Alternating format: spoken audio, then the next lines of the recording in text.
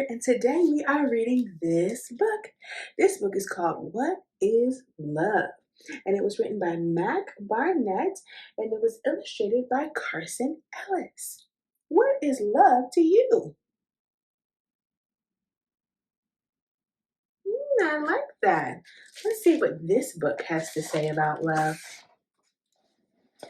When I was a boy in the garden out front of the house where we lived, I asked my grandmother, "What is love?" My grandma was old, so I thought she should know. She picked me up in her arms and she said, "I can't answer that." "Who can?" I asked.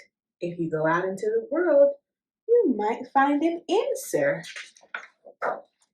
So I went. There he goes. I wonder what he'll find. I asked the fisherman, "What is love?" The fisherman smiled. "Love is a fish." "A fish?" I said. "It glimmers and splashes just out of reach, and the day that you catch it, if you know what you're doing, you give it a kiss and throw it back in the sea." "But I don't like fish," I said. "They're slimy and taste bad and have creepy eyes." The fisherman sighed. "You do not understand." I asked the actor, "What is love?"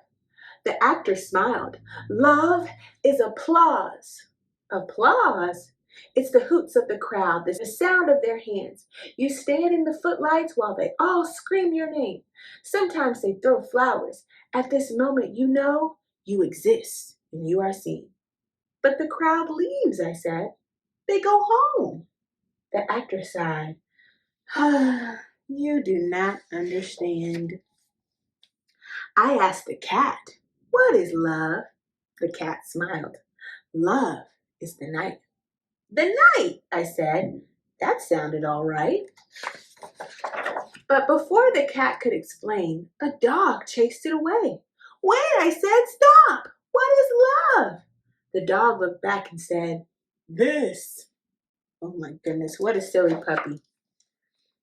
I asked the carpenter, "What is love?" The carpenter smiled. "Love is a house." "A house?" You hammer and saw and arrange the planks. It wobbles and creaks and you alter your plans. But in the end, the thing stands and you live in it. What is the carpenter building? Yeah, a house.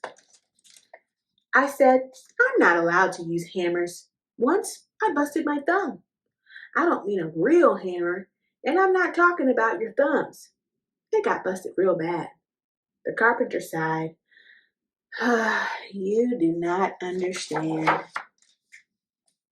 The farmer told me love is a seed. The soldier told me love is a blade.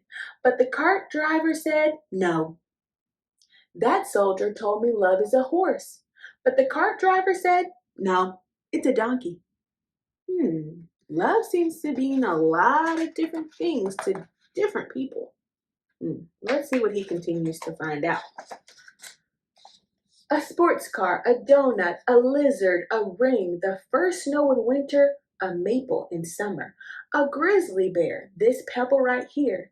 These are all things people told me love is.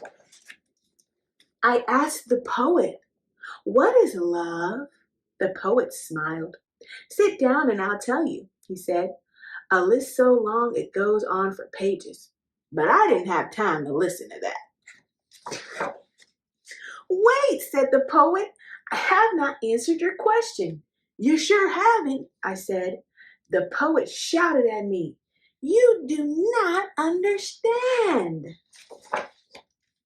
And so one day, I returned to the house where we lived. The lights were all on. I smelled dinner cooking. My dog barked gladly at me from a window upstairs. I took off my shoes and I stood in the garden. I curled my toes as they dug into the dirt. I sighed. I didn't hear my grandmother come up behind me. "Finally," she said, "you have come back. She was older. I was taller. She asked me, "Did you answer your question?" I picked her up in my arms. I smiled. I said, "Yes." The end.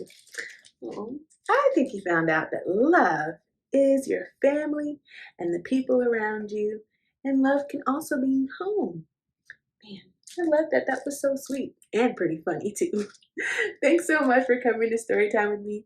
I hope to see you next time. Bye.